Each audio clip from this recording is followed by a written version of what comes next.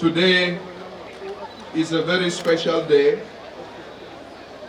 a day in which we want to thank the President of the Federal Republic, President Bola Ahmed Tinubu, for remembering the very vulnerable in our society. I can attest to the fact that whenever he meets with the governors, he is always reminding them to look out for the poor and the vulnerable. What we are witnessing today is an intervention.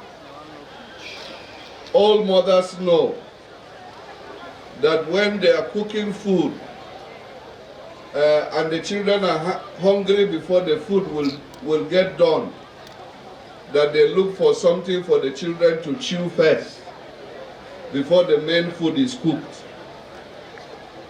I want to attest to the fact that many of the economic reforms introduced by Mr. President are well-intentioned, and by the grace of God, they will yield the desired fruit.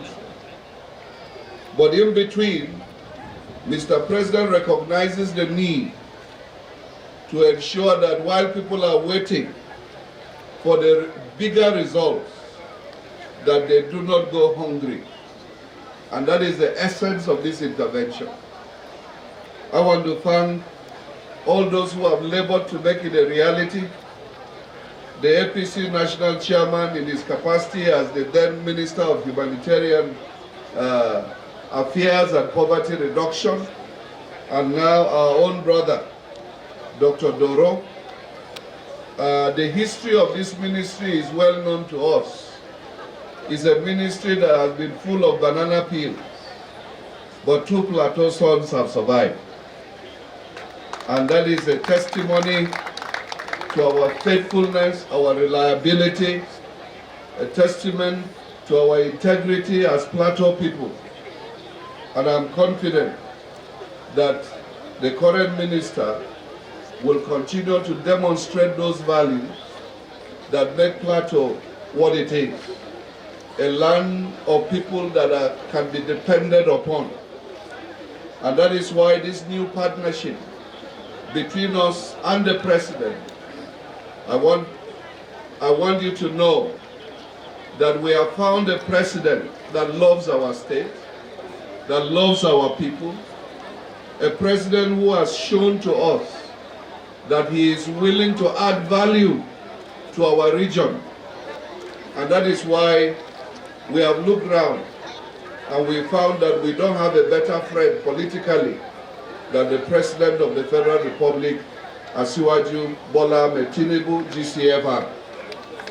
And I want to say that by the grace of God, National Chairman, after you have done this visit, go to Abuja and face other problematic states. By God's grace, from now, you're going to find that Plateau people will rise behind you. We will not allow you to be disgraced as national chairman. We know that in the past, some national leaders lost their states. But this time around, you will not only win Plateau, you will win it convincingly. And I am confident that the Plateau people will give you all the support. You can see that it has been very rare in time past to see a national party chairman together with the governor and the minister of the Federal Republic arrive for a function together. This is an era that is an era of togetherness. I want to thank you sincerely for agreeing to come for this flag off in your own state, Honorable Minister. It shows that you did not forget home. And I'm confident that since you did not forget home, home will not forget you. As a state government, we are also thinking that beyond this kind of intervention, that we look at how we can help people to fish and not just to eat fish. And that's why this season, by God's grace, we are procuring quite an unprecedented number of trucks of fertilizer that we're going to give at a discount to our farmers. And every local government will benefit from this. Thank you, sir. I believe that we owe the people of Nigeria the responsibility of producing food because we are the food basket of the nation. In recent past, climate-related disruptions, insecurity and displacement had placed enormous strain on our household livelihoods, food systems and social stability. For many families, particularly in vulnerable communities, the consequences were visible. Rising food insecurity, malnutrition among children, reduced household incomes, and increased pressure on already stretched community resources. Women, children, the elderly, and persons living with disabilities did bear the greatest burden of this crisis. It is against this backdrop, therefore, that today's intervention becomes not only necessary, but urgent. Distribution of food and nutrition assistance represents a decisive step by the federal government of Nigeria to cushion the immediate impact of food insecurity, stabilize vulnerable households, and support communities working hard to rebuild their livelihoods. However, while humanitarian relief is essential in moments of crisis, it must not be the end of our response. The federal government recognizes that lasting stability requires a more integrated and forward-looking approach. For this reason, the Federal Ministry of Humanitarian Affairs and Poverty Reduction is implementing a major national reform through our flagship initiative known as the One Humanitarian and One Poverty Response System, or HOPRS. Humanitarian assistance does not end with one-off distribution. Instead, humanitarian support must become the entry point into structured social protection systems and sustainable poverty exit pathways. In practical terms, this means that families receiving humanitarian assistance today should be connected to a broader government programs that help them rebuild their lives and livelihoods. This includes social protection interventions, such as conditional cash transfers, livelihood restoration programs, skills development initiatives, agricultural productivity support, micro-enterprise financing, and other economic empowerment opportunities designed to restore dignity and economic self-reliance. Today's intervention is therefore deliberate, targeted, and data-informed.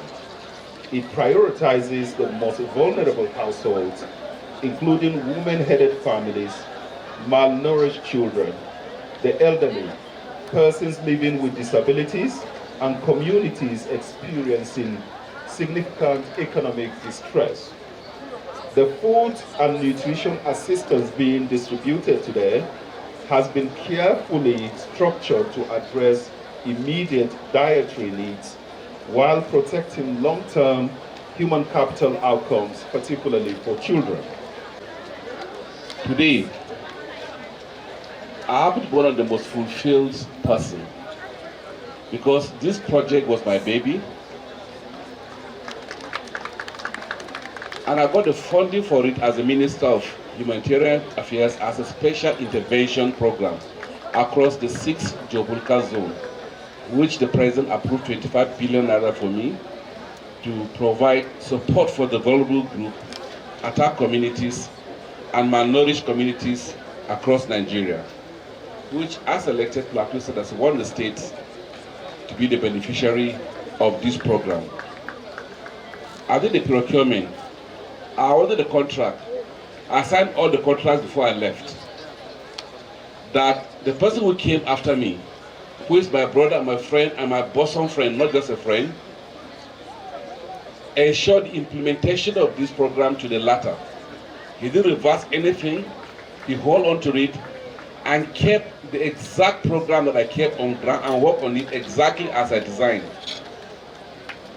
My friend and brother, thank you for honoring me, and thank you for keeping the friendship, and thank you for keeping to help Nigerians as they fully deserved.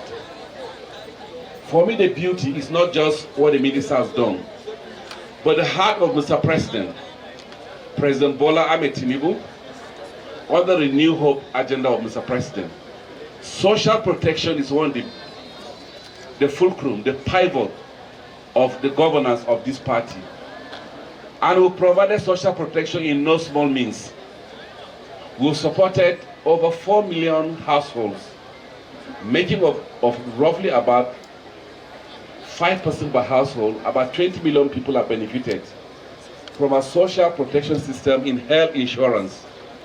And mostly retired workers, mostly artisans, most the poorest of the poor, we've added over 4 million households to benefit from health insurance that is supported by the federal government of Nigeria. That is done for the vulnerable Nigerians, to support people who are the least society. We've supported over 7 million households, providing social protection for them across the country. That we've done by providing 75,000 naira per household, supporting Nigerians across the country. That we've done. That's social protection and supporting the vulnerable people. 5% per household roughly, by 7 million. About 35 million Nigerians will be affected by that. Mr. President is out to ensure that the vulnerable, the poorest of the poor, people that cannot find cover in any form from any other person are being supported across the country. And that's why we're here and we're saying Mr. President deserves a second term, deserves our support, deserves our protection. And Mr. President, Plateau as one of the states that benefited from all this form of support